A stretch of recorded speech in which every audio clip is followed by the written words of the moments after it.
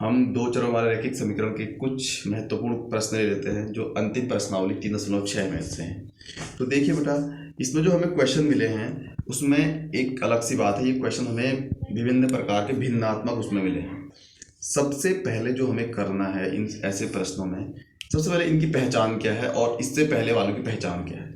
इनकी पहचान ये है कि जो इनमें जो चर होगा वो भिन्न में है, नीचे है। जो चर होगा वो नीचे है। तो जब चर नीचे होता है तो ऐसे क्वेश्चनों को कैसे किया जाएगा। देखिए, चर यहाँ भी नीचे, यहाँ भी नीचे, यहाँ भी नीचे, यहाँ भी नीचे। तो ऐसे क्वेश्चनों को सबसे पहले हम रैखिक बनाते हैं। रैखिक का मतलब ऐसे बताते हैं इसमें। सबसे पहले ऐसे प्रश्नों में जिसमें चर नीचे होंगे, सबसे पहले हमें क्या करना है, स्टार्टिंग में सबसे पहले हमें क्या करना है, मानना है। कुछ चीज़ें माननी है जो ऊपर भी और नीचे भी कॉमन है। तो मैं लिखूंगा कि देखो, यहाँ x-1 कॉमन है, सॉरी, और यहाँ भी x-1 कॉमन है, यहाँ y-2 कॉमन है और यहाँ भी y-2 क्या है, कॉमन है। तो सबसे पहले मैं लिखूंगा कॉमन क्या है, 1/x-1 को मैं मान रहा हूँ p, या कुछ भी मान सकते हो a b c, और मैं मान रहा हूँ 1/y-2 को मैं क्या मान रहा हूँ, q। सिर्फ 1/x-1 और 1/y-2, क्योंकि ऊपर के जो नंबर है 5, यहाँ 6 है, यहाँ 1 है और यहाँ 3 है, इसको मैंने p मान लिया, इसको q मान लिया। जब मैंने इसको p माना तो जो समीकरण 1 व 2 में p व q के मान रखने पर, तो मान रखेंगे तो 1/x-1 को मैंने p माना है, एक्स्ट्रा क्या है 5 जो कि ऊपर है, 5p हो गया। 1/y-2 को मैंने क्या माना है, q, ऊपर क्या है 1, तो 1 को लिखने की जरूरत नहीं, तो p q is equal to 2। ये समीकरण नंबर हमारा हो जाएगा। इस समीकरण नंबर 1 इसे मान लेते थे, 2 इसे मान लेंगे तो 3 हो जाएगा, और ऐसे ही नीचे वाला हो जाएगा 6p - 3q is equal to 1, समीकरण नंबर 4। तो ये हमारे पास समीकरण बन गया रैखिक। अब रैखिक समीकरण को हम आसानी से सॉल्व कर लेंगे जिस भी विधि से करेंगे। तो मुझे लग रहा है किसी भी विधि से कर लो, विलोपन, प्रतिस्थापन, वज्र गुणन। तो इसे मैं करूँगा, किस विधि से करें इसको, हम करते हैं इसे प्रतिस्थापन विधि से। प्रतिस्थापन विधि से करते हैं तो मैं सबसे पहले लूँगा समीकरण 3 से। समीकरण 3 से, 3 में क्या है, मैं प्रतिस्थापन विधि में क्या होता है, या तो p का मान या q का मान निकाल लेते, तो मैं यहाँ पे q का मान निकाल रहा हूँ। तो q इज इक्वल टू हो जाएगा हमारा, 5p को उधर भेजो, 2 - 5p, ये q का मान हो गया। ठीक है, अब मैं लिख दूंगा समीकरण 4 में q का मान रखने पर। तो समीकरण 4 में मैं q का मान रख रहा हूँ, 4 ये है, तो क्या है समीकरण 4, 6p - 3, q के जगह में क्या लिखूंगा, 2 - 5p upon is equal to 1। तो ये हो जाएगा 6p - 3 2 जा 6, माइनस माइनस का प्लस, -3 5 जा प्लस का 15p इज इक्वल टू 1। तो ये हो जाएगा 6p और 15p जुड़ जाएंगे, तो ये हो जाएगा 21p - 6 इज इक्वल टू 1। तो ये हमारा हो जाएगा सीधा सीधा 21p, ये एक उधर जाके, सॉरी 6 उधर जाके एक के साथ जुड़ जाएगा तो हो जाएगा 7, तो p बराबर हो जाएगा 7/21, यानी कि 1/3। p का मान हो गया 1/3। अब हम q का मान निकालेंगे। तो q का मान हम कैसे निकालेंगे, सवाल को ध्यान से देखे रहना है। सबसे पहले फिर से एक बार देख लेते हैं, अभी आगे कर लेंगे, एक बार इसको देख लेते हैं। सबसे पहले समीकरण 1 और 2 ऐसे दिए हैं, इनकी पहचान मैंने फिर से बता दी, शॉर्ट फॉर्म में समझ लो कि इसमें जो चर होगा वो नीचे होंगे जिन सवालों में, उसमें हमें मानना पड़ेगा। तो जब चर नीचे हैं तो मानना क्या है, जो कॉमन चीज़ें हैं दोनों में x-1 कॉमन थी तो p लिख दिया, y-2 कॉमन थी तो q लिख लिया।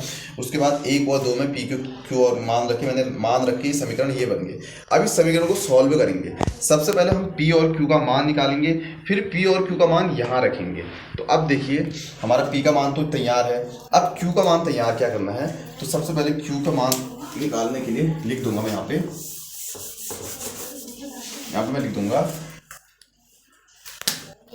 समीकरण, किसी में भी रख देता हूँ, मैं रख देता हूँ समीकरण 3 में। समीकरण 3 में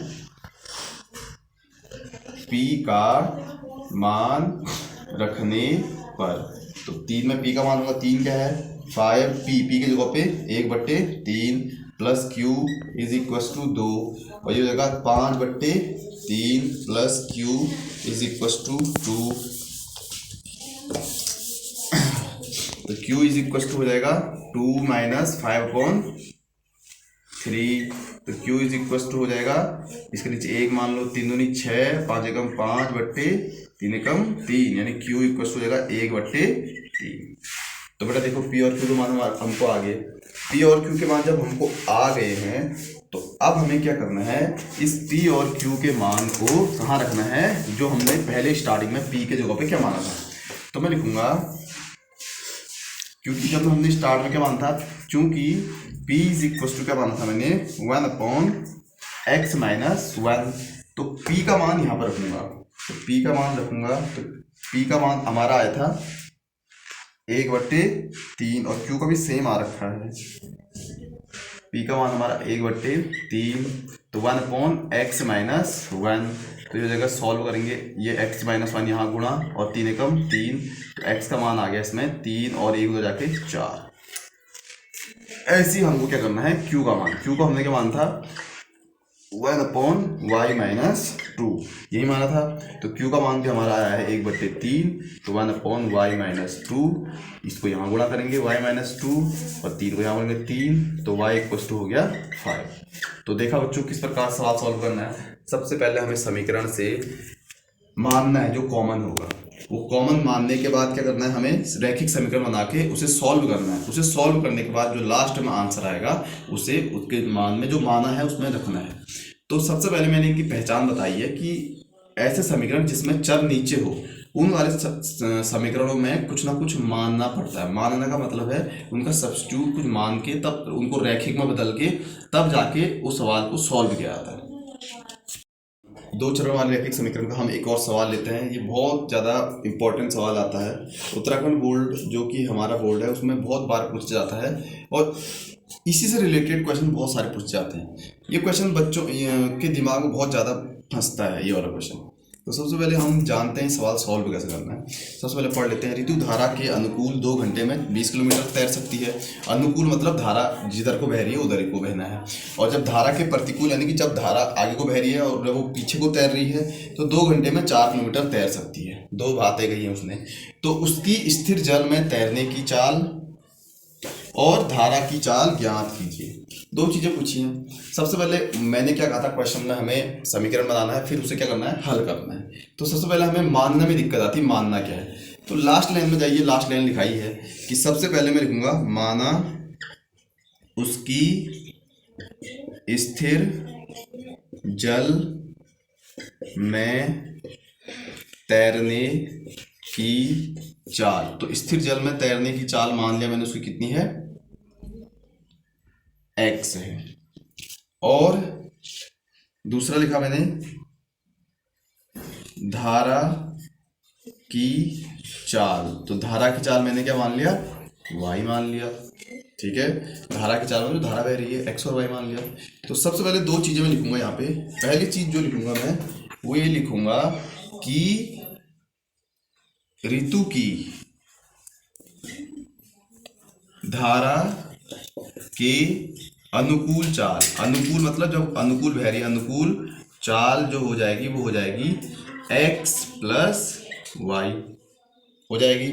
और धारा के प्रतिकूल चाल, धारा के प्रतिकूल चाल, धारा के प्रतिकूल चाल हो जाएगी x माइनस वाई हो जाएगी, नहीं आएगी बेटा।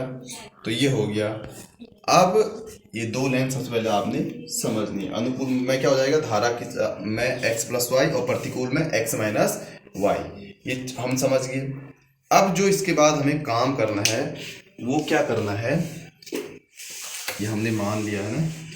जो काम अब हमने करना है, सबसे पहले समीकरण बनाना है। तो प्रथम शर्तानुसार जो पहली शर्त है, पहली शर्त ये कहता है कि जब वो 2 घंटे में 20 किलोमीटर तैर सकती है अनुकूल में। तो देखिए एक कंसेप्ट है, चाल बराबर क्या होता है, दूरी बट्टे समय। तो दूरी बराबर क्या हो जाएगा, चाल गुणा गया समय। तो जो कंसेप्ट लग रहा है वो ये लग रहा है, दूरी इज इक्वल टू चाल गुणा गया समय। तो चाल जो हमारी है, तो जब धारा के अनुकूल बह रही है तो उस समय चाल क्या रहती है हमारी, x प्लस वाई। अब भी बताया था मैंने धारा के अनुकूल चाल x प्लस वाई।